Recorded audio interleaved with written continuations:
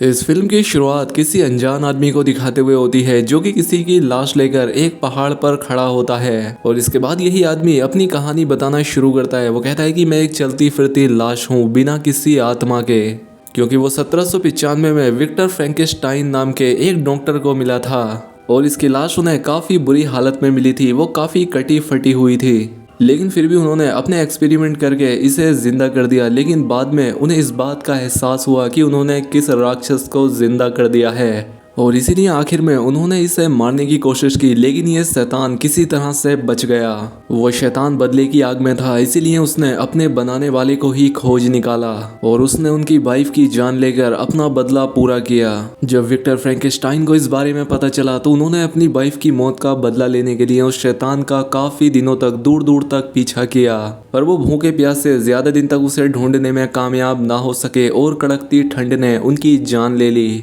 लेकिन फिर भी विक्टर उस शैतान के मालिक ही थे, इसीलिए उस शैतान ने अपने मालिक को अच्छी तरह से दफनाया, उनकी उसी किताब के साथ जिनमें वो सारे राज लिखे थे जिनसे उन्होंने इस शैतान को बनाया था। उस शैतान ने उन्हें उनकी वाइफ के पास ही दफनाया। लेकिन जब शैतान को लगने लगा कि यही अंत है तो अब यहीं से उसकी एक नई जिंदगी शुरू होती है, क्योंकि एक राक्षसों का बड़ा झुंड उस पर हमला करने लगता है, क्योंकि कोई ऐसी वजह है जिस वजह से वो राक्षस उसे अपने राजा नावेरियस के पास ले जाना चाहते हैं। वो राक्षस उस शैतान यानी कि एडम पर भारी पड़ने लगते हैं, लेकिन जैसे ही एडम एक खास तरह के ट्राइडेंट से उस शैतान को मार गिराता है तो उस राक्षस के जमीन में समाते ही एक अजीब से पत्थर के जानवर में जान आ जाती है और उसी की तरह कई और जानवर जिंदा हो जाते हैं। वो उन राक्षसों को जाकर मार देते हैं जो कि एडम पर अटैक कर रहे होते हैं और इसके बाद वो अपने इंसानी रूप में आकर फ्रैंकेनस्टाइन को उठाकर अपनी रानी लियोनोर और गिडियन के पास लेकर आते हैं। यहाँ पर हमें आगे बताया जाता है कि ये जो राक्षस हैं ये गारगोइल हैं, जिन्हें पृथ्वी पर बाकी बुरे राक्षसों से लड़ने और मानवता की रक्षा करने के लिए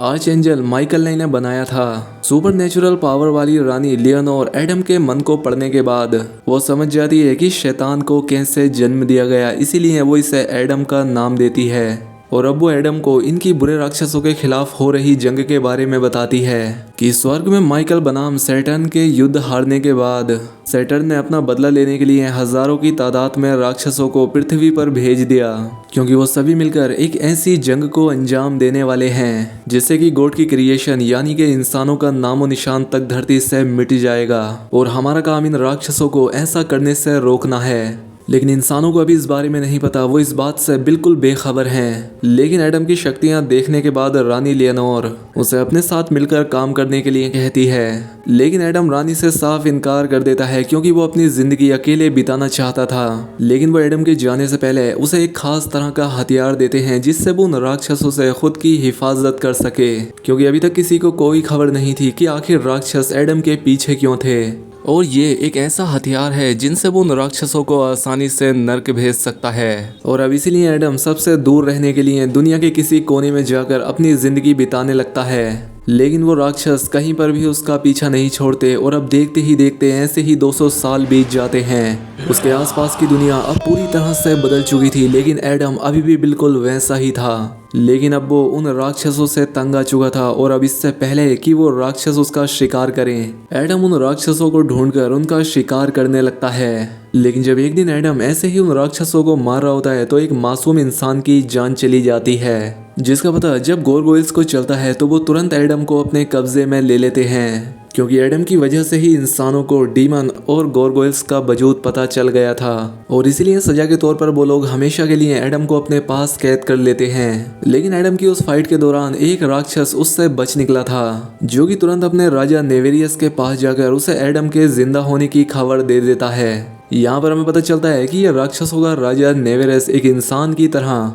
एक बिलियनर चार्ल्स के भेष में अपने साथ कुछ वैज्ञानिक जैसे कि टेरा और कार्ल की मदद से एक ऐसे प्रोजेक्ट पर काम कर रहे होते हैं जिससे वो मरे हुए को जिंदा कर सकें, यानी कि एकदम फ्रैंकेनस्टाइन की तरह। जब उन्हें पता चलता है कि फ्रैंकेनस्टाइन का वो मॉन्स्टर एडम अभी भी जिंदा है तो वो अपने सबसे काबिल राक्षसों को गारगोइल के कैथेड्रल पर हमला करके एडम को अपने पास तक लाने का ऑर्डर देते हैं, ताकि वो एडम से किसी भी मरे हुए को जिंदा करने का रहस्य पता कर सके। अब हजारों की तादाद में राक्षसों की सेना देखकर गारगोइल्स को समझ आ जाता है कि वो एडम को लेने के लिए ही यहाँ पर आ रहे हैं और देखते ही देखते गोरगोइल्स और डीमन के बीच एक महायुद्ध शुरू हो जाता है। ये लड़ाई काफी सुपरनेचुरल और भयंकर थी, जहां एक तरफ गोरगोइल्स बहुत सारे राक्षसों को नर्क भेजने में कामयाब हो जाते हैं, तो वहीं कई डीमन भी गोरगोइल्स को मारकर उन्हें स्वर्ग भेजकर उन्हें वहां पर कैद कर देते हैं। लेकिन हजारों राक्षसों की सेना के सामने गोरगोइल्स कमजोर पड़ने लगते हैं, जिसमें ओफिर और केजिया नाम के 2 गोरगोइल्स भी मारे जाते हैं। और अब अपनी आंखों के सामने गोरगोइल्स को मरता देख गोरगोइल एडम को आजाद कर देते हैं, और अब एडम भी उनकी तरफ से उन राक्षसों का शिकार करने लगता है। लेकिन इन राक्षसों का जो मेन लीडर था, जिसका नाम जूरियल था, जब उसके हाथ एडम नहीं लगता तो वो गोरगोइल की रानी लियोनोर को अपने कब्जे में ले लेता है, उसे अगवा कर लेता है। एडम को पता चलने पर वो लियोनोर को बचाने के लिए उनके पीछे भागता है, पर वहीं पर सेकंड इन कमांड गिडियन को एडम ना मिलने पर वो अपनी रानी को बचाने के लिए उसी फ्रैंकेनस्टाइन जर्नल, जिसमें मरे हुए को जिंदा करने की तरकीब लिखी हुई है, वो उस किताब के बदले दुश्मन से सौदा करने का तय करता है, जो कि उन्हें एडम के पास से मिली थी जिस रात उन्होंने एडम को बचाया था, जिसे उन्होंने अपने पास रख लिया था। अब गिडियन उस किताब की मदद से अपनी रानी को उस राक्षसों से छुड़ाने में कामयाब हो जाता है। लेकिन एडम अपने क्रिएटर की उस किताब को उन राक्षसों के जर्नल के हाथ लगने नहीं दे सकता था, और अब इससे पहले कि राक्षस जनरल जूरियल उस किताब को लेकर यहाँ से भाग निकलता, एडम और राक्षसों के बीच यहाँ पर एक और युद्ध शुरू हो जाता है। लेकिन फिर भी आखिर में जूरियल भाग निकलता है, जिसका पीछा करने के बाद जब एडम नेवेरियस की सीक्रेट लैब के अंदर जाता है, तो यहाँ आने के बाद एडम इनका प्लान समझ जाता है कि मिलियन ऑफ डीमन स्पिरिट जो कि नर्क में कैद हैं, उन सभी को वापस जिंदा करने के लिए ये वेसल्स तैयार किए जा रहे हैं, क्योंकि राक्षस की आत्मा ऐसे ही शरीर में दाखिल हो सकती है जिसकी कोई आत्मा ना हो। और एक बार इन वेसल्स में राक्षसों की सोल दाखिल हो जाने पर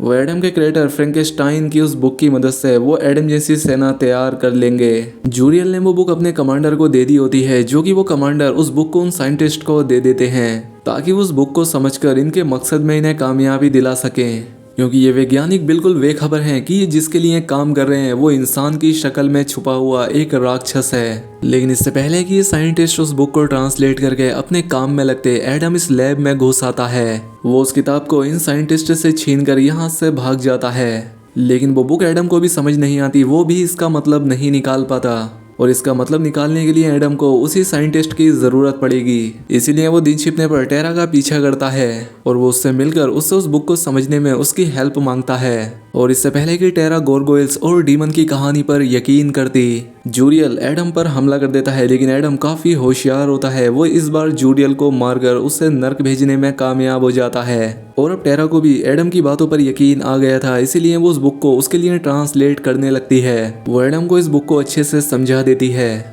जिसके बाद एडम तुरंत गोरगोइल्स के पास जाकर उन्हें नेवेरियस के प्लान के बारे में आगाह करता है, और साथ ही उन्हें वो बुक भी लौटाने का वादा करता है, इस शर्त के साथ कि वो उसे और टेरा को कहीं पर सेफ रखेंगे। इसीलिए लियोनोर एडम से टेरा को कैथेड्रल लाने के लिए कहती है, ताकि वो इन्हें ऐसी जगह पर पनाह दें जहां तक वो राक्षस पहुंच ही ना सके। लेकिन एडम के यहाँ से जाने के बाद हमें पता लगता है कि ये लियोनोर की एक कहानी है, ये भी गद्दार है, क्योंकि उसका प्लान एडम और टेरा के साथ उस जर्नल को भी अपने कब्जे में लेना था, क्योंकि अब वो इंसानों की खातिर एडम को और ज्यादा जिंदा रखकर और जोखिम नहीं उठा सकती। इसलिए वो अपने सबसे बहादुर आदमी गिडियन को एडम की जान लेकर उस किताब को हासिल करने का ऑर्डर देती है, जिसके बाद अब गिडियन और एडम के बीच एक भयंकर फाइट होती है। लेकिन गोरगोइल्स काफी ज्यादा ताकतवर थे, इसलिए एडम उनके सामने कमजोर पड़ता नजर आता है। लेकिन एडम काफी होशियार था, आखिर में वो गिडियन को भी मारकर उसे स्वर्ग पहुंचाने में कामयाब हो जाता है। और लियोनोर की धोखाधड़ी के बारे में उसे पता चलने के बाद वो सबसे पहले उस किताब को ही नष्ट कर देता है, ताकि फ्रैंकेनस्टाइन की ये खोज एक रहस्य बनकर रह जाए। लेकिन वही नेवेरियस ने टेरा को अगवा कर लिया होता है, क्योंकि वो समझ गया था कि टेरा एडम के लिए काम कर रही है, और साथ ही ये भी कि उसने उस किताब का अनुवाद कर लिया है। इसलिए वो टेरा के सामने उसके पार्टनर का गला दबाने लगता है उसे मारने के लिए। वो टेरा से कहता है कि मुझे सब कुछ बताओ, मेरे लिए ये एक्सपेरिमेंट बहुत जरूरी है, वरना मैं इसकी जान ले लूंगा। और अब मजबूरी में टेरा को उसकी बात माननी पड़ती है। और अब देखते ही देखते नेवेरियस का 200 साल पुराना सपना पूरा करने में टेरा कामयाब हो जाती है, और अब धीरे धीरे उन सभी वेसल्स में जान आने लगती है। वहीं राक्षसों का खात्मा करने के लिए सबसे पहले एडम अपने पीछे उन गोरगोइल्स को लगाकर नेवेरियस के लैब के पास आता है, जिससे लियोनोर को समझ आ जाता है कि यहीं पर नेवेरियस की सालों पुरानी मरी हुई सेना दबी हुई है और इसीलिए एडम उन्हें यहाँ पर अपने पीछे लगाकर लाया है। नेवेरियस को पता चलने पर अब उनका सबसे खूंखार राक्षस उसे खत्म करने के लिए आगे बढ़ता है, लेकिन उन्हें कोई भी खबर नहीं होती कि गोरगोइल्स की पूरी सेना ने उन्हें चारों तरफ से घेर लिया है। और अब सबसे पहले उसी खतरनाक राक्षस की जान लेने के बाद अब अच्छाई और बुराई के बीच एक खतरनाक युद्ध शुरू हो जाता है। अब एक तरफ एडम टेरा को नेवेरियस से बचाने के लिए आगे बढ़ता है, तो वहीं दूसरी तरफ लियोनोर नेवेरियस की मरी हुई सेना को नष्ट करने के लिए आगे बढ़ती है। वो यहाँ पर नेवेरियस की डेड सेना को देखकर एकदम हैरान हो जाती है, क्योंकि लाखों की तादाद में वो मरी हुई सेना नर्क के रास्ते से हजारों मरे हुए डीमंस की सोल उन्हें पजेस करने लगती है। गोरगोइल्स को भी समझ आ जाता है कि ये पजेशन पूरा होने से पहले उन्हें इन्हें रोकना होगा, इसलिए सभी गोरगोइल्स मिलकर एक एक करके उन सभी को नष्ट करने लगते हैं, जिनमें से कि कई सारों में तो जान भी आ चुकी होती है, लेकिन समय से पहले ये उन्हें खत्म करते चले जाते हैं। वहीं दूसरी तरफ एडम और नेवेरियस में एक खतरनाक लड़ाई शुरू हो जाती है। यहाँ पर एडम उन राक्षसों के राजा के सामने टिक नहीं पा रहा होता है, इसलिए वो डीमन राजा एडम के शरीर में ही राक्षस की सोल को पजेस करने के लिए उस पर मंत्र पढ़ने लगते हैं, जिस वजह से एडम अब धीरे धीरे खूंखार राक्षस में तब्दील होने लगता है। लेकिन नेवेरियस आखिर में भी अपने मकसद में कामयाब नहीं हो पाता,